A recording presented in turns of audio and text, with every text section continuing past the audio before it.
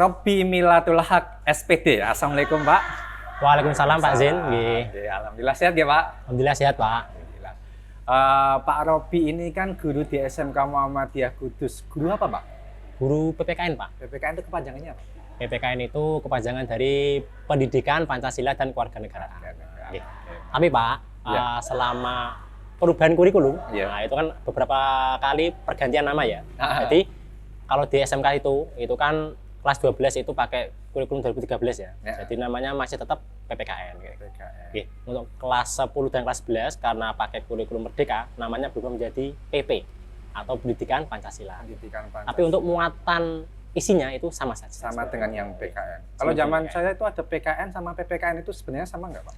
Sebenarnya sama Pak, cuma sama ya. Itu beda tadi namanya ya. aja. Betul. Beda nama. Iya. Oke, guru PPKN nih. Berkaitan dengan PPKN di SMK Pak Robby. Bagaimana Pak Robby ketika mengajar di SMK tentang PPKN itu sendiri? Bagaimana cara mengajarnya Pak Robby? Untuk cara mengajar setiap guru perlu kita tahu kan beda-beda ya Pak. Metodenya baik itu nanti strateginya seperti apa. Nah, yang saya gunakan itu cenderung ke dua. Apa itu? Dua metode atau strategi.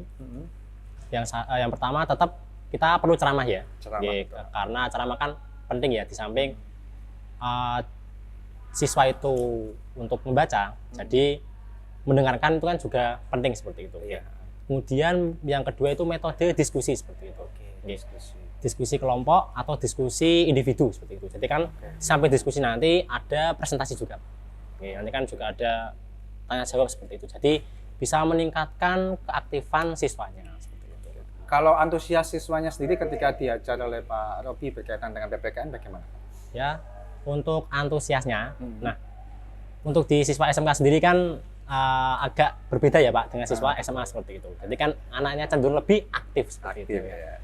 Aktifnya itu ya bukan aktif yang rame ya, tapi aktif yang mengikuti atau antusias seperti itu. Intinya sangat senang, kemudian ceria dan penuh semangat seperti itu. Penuh semangat. Penuh semangat. Tapi kalau dengan PPKN itu sendiri mereka tertarik ya Pak ya?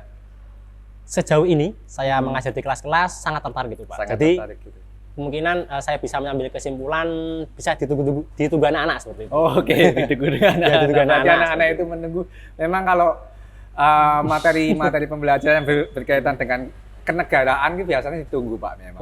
Tapi pertanyaan saya, apakah penting Pak kalau misal PPKN itu dimasukkan ke SMK? Karena kalau saya tahu ya Pak ya, PPKN itu kan untuk dunia anak SMK itu kan sekolah di SMK karena ingin kerja. Dunia industri ya Pak. Dengan PPKN itu bagaimana? Menurut saya seperti ini. Ini pendapat pribadi Pak. Menurut saya karena setiap siswa atau siswa SMK itu kan nantinya setelah lulus dari SMK kan masih tetap menjadi warga negara Indonesia. Nggak mungkin jadi warga negara asing. Ada ya, kemungkinan kan ada. Ya bisa jadi Pak. Bisa jadi. Tapi kan lebih tepatnya tetap kemungkinan kecil seperti itu. Jadi kan kemungkinan besarnya masih BNI ya sebenarnya. Jadi menurut saya karena nanti siswa SMK itu kan setelah lulus kemudian tetap menjadi warga negara Indonesia. Nah, itu kan nanti kita atau siswanya itu dibekali sebagai apa ya, mempersiapkan siswa untuk menjadi warga negara yang baik seperti itu. Jadi tujuan umum untuk PPKN itu adalah mencetak warga negara atau membentuk warga negara yang demokratis, kemudian berakhlak, kemudian yang pastinya cinta pada negara seperti itu. Intinya bertanggung jawab kepada negara. Seperti itu. Berarti selain dia memang outputnya adalah kerja, tapi dia juga harus mengerti tentang kenegaraan. Betul Pak. Kan nanti setelah bekerja pun itu kan dia juga atau para siswa itu juga akan itu ya Pak berlatih menjadi pribadi yang bertanggung jawab atas pekerjaannya yang diberikan oleh atasan ataupun yang sudah menjadi jatahnya atau jobnya seperti itu.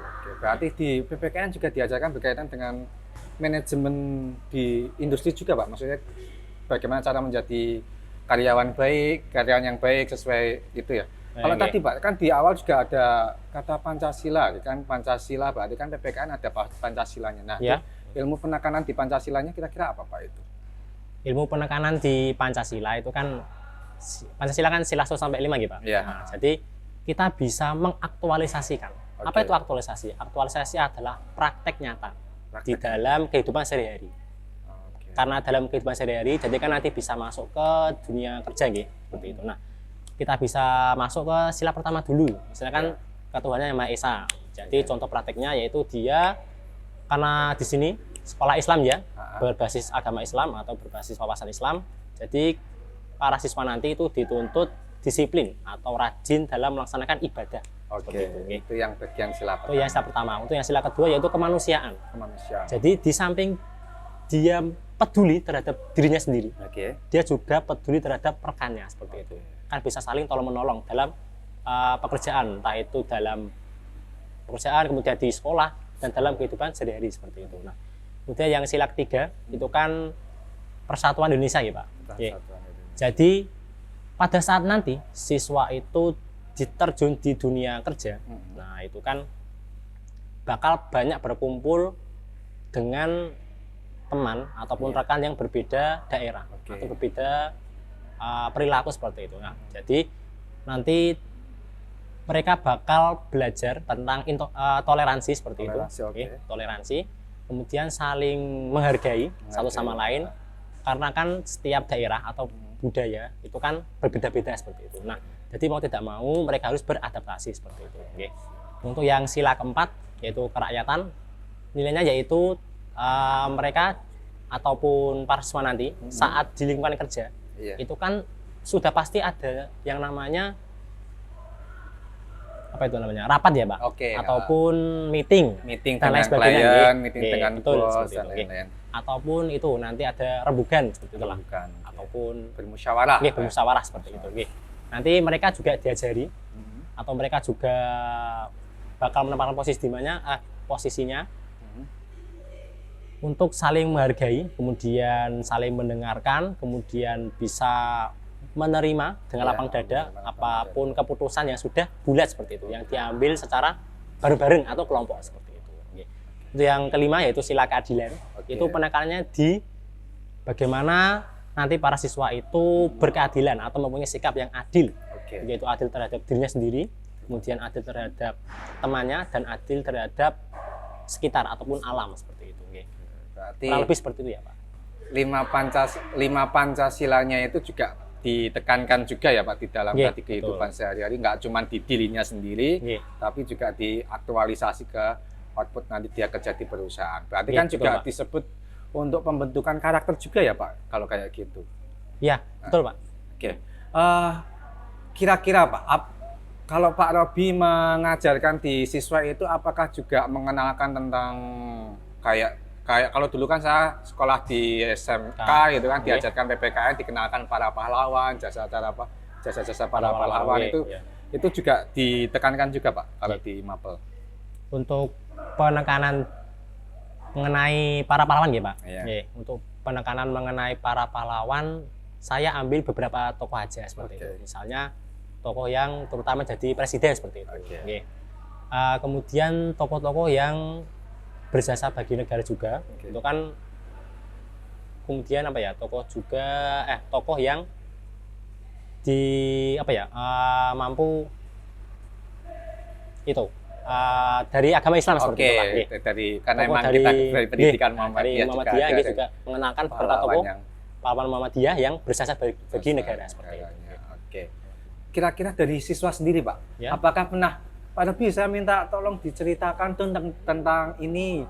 Saya ingin dengar cerita tentang ini, contoh kemerdekaan, Pancasila, dan lain-lain. Itu kayak gitu pernah nggak Pak di suatu pembelajarannya Pak Robi? Oh, kalau itu malah cukup sering Pak seperti itu. Nah, jadi kan di samping diceritani ya Pak ya? Ya betul, kita diceritain seperti itu. Jadi di samping saya menjelaskan materinya, terus kan apa ya, anak-anak itu kadang setelah jeda, itu kan saya biasanya memberikan pertanyaan. Ada yang ingin ditanyakan seperti itu. Nah, ada beberapa atau sesekali itu para siswa itu seperti itu Pak. Jadi Pak bisa minta tolong ceritakan tentang sejarah ini atau menceritakan tentang efeknya ini ataupun dan lain sebagainya seperti itu Pak. Jadi ya saya ceritakan yang apa saya tahu seperti itu. Mungkin bisa dicontohkan Pak sedikit cerita yang biasa ditanyakan siswa. Mungkin ceritanya ya sedikit saja, Pak. Ceritanya itu tentang kearifan lokal. Kearifan lokal. Jadi kearifan lokal itu di kelas 10 dan kelas 11 ini masuk, Pak. Iya. Masuk ke bab atau materi elemen Bhinneka Tunggal Ika seperti itu. Nah, kearifan lokal itu kan ada banyak, Pak. Bisa makanan, bisa minuman, terus juga bisa adat istiadat ataupun juga, budaya, tradisi seperti itu.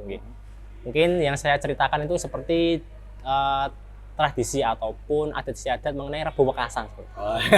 Iya, ada budaya gitu Rebo Wekasan. Jadi itu kan saya cerita kemudian bagaimana sejarahnya, kemudian kenapa kok bisa dinamakan Rebo Wekasan, kemudian di dalamnya itu ada kegiatan apa saja seperti itu. Nah, saya ceritakan, kemudian siswa itu mendengarkan ya, mendengarkan, kemudian kalau ada yang ditanyakan juga saya menanyakan gitu lah. Saya menanyakan ke siswa ada yang kurang jelas atau gimana. Kurang lebih seperti itu, Pak. Oh, berarti ya itu. Tapi memang menarik kalau misalnya tadi diceritakan tentang kayak tadi ya, Rebo Wekasan dan lain-lain. Iya, betul, Pak. Itu juga selain ada sisi mapel PPKN-nya, tapi ada horornya juga kayaknya, Pak. Ya, sedikit-sedikit, Pak. Horornya, Pak. Iya, betul. Ada. Berarti siswa juga antusias kalau misalnya ya, gitu. Antusias betul. Apakah sering ngantuk, Pak, siswa kalau di kelas, Pak, kalau PPKN?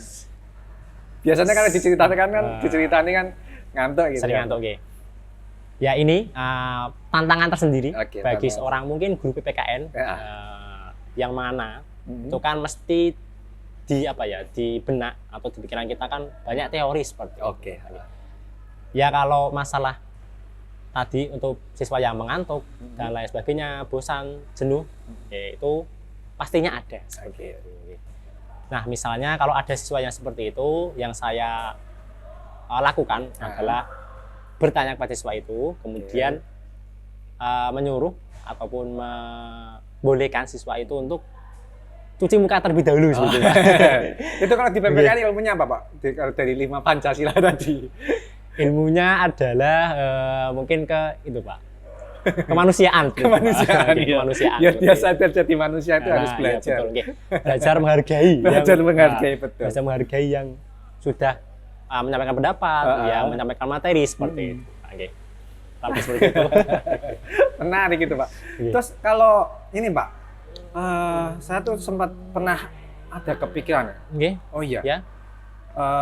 SMK, apalagi kita fokusnya ke industri apakah di PPKN itu ada mapel yang memang di mana, maksudnya ada satu materi yang memang mereka diajarkan di bagian teknisnya, cara teknisnya itu ada nggak, Pak? Atau mungkin dari sisi mana kalau biasanya kalau di PPKN? Gini, Pak, untuk secara tes teknisnya ya, secara teknisnya itu tidak ada seperti itu. Jadi bagaimana cara Bapak Ibu guru PPKN ataupun saya sendiri dalam rangka tadi untuk teknisnya, yang kan nanti siswa SMK kan akan masuk di dunia kerja ya, Pak. Jadi di samping menjelaskan materi, juga kita atau saya itu menyelipkan beberapa nasihat seperti itu, ataupun motivasi bagi anak-anak supaya nanti setelah lulus SMK bisa entah itu melanjutkan ke kuliah ataupun bekerja atau berwirausaha seperti itu. Jadi sikap atau nilai-nilainya, nilai-nilai bagaimana nanti saat bekerja, kemudian sikap apa yang perlu dikembangkan saat bekerja, itu kita selipkan di samping materi-materi seperti itu. Materi-materi. Oke, Pak. Kalau saya kan juga pernah mendengar tuh ya, Pak. Namanya juga kalau biasanya kan kalau di teori aja itu kan siswa itu jenuh. Kira-kira ada nggak implementasi dari siswa yang setelah dari PPKN itu yang mereka lakukan dari dampak dari mapelnya PPKN yang jenengan ajar, Pak? Berkaitan dengan sejauh ini baru satu itu, Pak. Berkaitan dengan materi itu kearifan lokal seperti itu. Jadi nanti para siswa yang itu kan ada kegiatan outing class. Jadi saat outing class nanti kita mengunjungi suatu tempat atau daerah, di mana daerah itu menyimpan ataupun ada kearifan lokal. Bisa itu makanan khas atau minuman khas ataupun tradisi ataupun adat istiadat seperti itu, Pak. Jadi kita ke sana, kemudian nanti kita mewawancarai narasumber atau juru kunci biasanya. Juru kuncinya sana. Juru kunci sana seperti itu. Bagaimana tradisi di sana, kemudian bagaimana dampaknya ke daerah sekitar atau daerah itu, kemudian dampaknya juga bagi masyarakat sekitar seperti itu Pak, atau masyarakat daerah itu seperti itu. Oh iya. Terus berarti kan tadi dia bisa mengenal budaya juga Ya, kan betul, dari Pak. situ ya Pak, tentang kearifan lokal. Terus Pak, kalau untuk karakternya siswa, selain tadi kan 5 panca tadi kan sudah Ya. disampaikan outputnya, nanti hasilnya mau begini, hasilnya mau begini. Ya. Biasanya kan siswa ya ada juga yang mengikuti dengan baik, ada Ya. juga yang tidak melakukan bahkan gitu kan. Nah, kira-kira Pak, ini kan juga saya melihat ada di negara lain itu kan ada wajib militer, Pak. Wajib militer. Nah, Oh ya. Kira-kira Kira-kira ya. untuk tingkat anak SMK, apalagi di Indonesia, apakah perlu Pak ada wajib militer di tingkatan anak-anak remaja? Kalau ini menurut saya ya Pak, Hmm. nah menurut saya untuk anak-anak SMK ataupun SMA sederajat ya, Oke. itu untuk wajib militer itu menurut saya agak kurang cocok ya. Karena emang budayanya Indonesia tadi ya memang. Karena budaya Indonesia kan belum cocok untuk menerapkan wajib militer seperti itu. Cuma saya cenderung lebih cocok kalau gini, di samping pelajaran itu TNI itu polisi seperti itu. Jadi kan di PPKN itu kan sudah ditanamkan ya Pak, ditanamkan sikap-sikap untuk bagaimana menjadi semangat kebangsaan, bela negara, kemudian cinta tanah air, semangat kebangsaan seperti itu. Jadi menurut saya agak kurang cocok bagi siswa SMA atau SMK itu ada wajib militer seperti itu. Karena gimana ya Pak, untuk masa-masanya belum stabil seperti itu. Jadi lebih cenderung ke gimana ya Pak, Masih metode penguatan karakter yang ya betul. Malah mendingan itu lebih ke metode penguatan karakternya atau kegiatan di luar yang bagaimana itu cara menanamkan sikap cinta tanah air, kemudian bela negara dan semangat kebangsaan seperti itu. Ya seperti itu Pak, kurang lebih. Oke, jadi itu ya Pak, berarti memang untuk penguatan karakter itu juga bisa ditekankan lewat PPKN dan betul. juga membangun karakter siswa untuk ketika nanti output dalam bekerja dan lain-lain. Ya betul Pak. Oke, mungkin ini yang terakhir Pak Robi karena Ya, obrolan kita singkat ya Pak, walaupun podcast tapi tetap podcast singkat.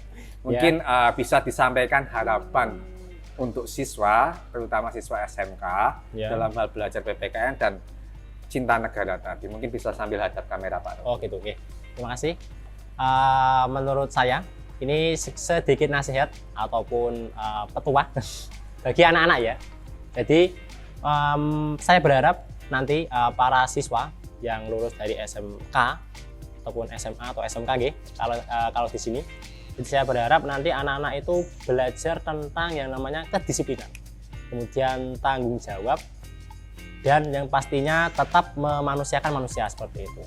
Jadi nanti para siswa itu nanti tetap bekerja menjadi atau pribadi yang bertanggung jawab, kemudian berdemokratis, kemudian dan sadar dan cinta akan tanah air seperti itu.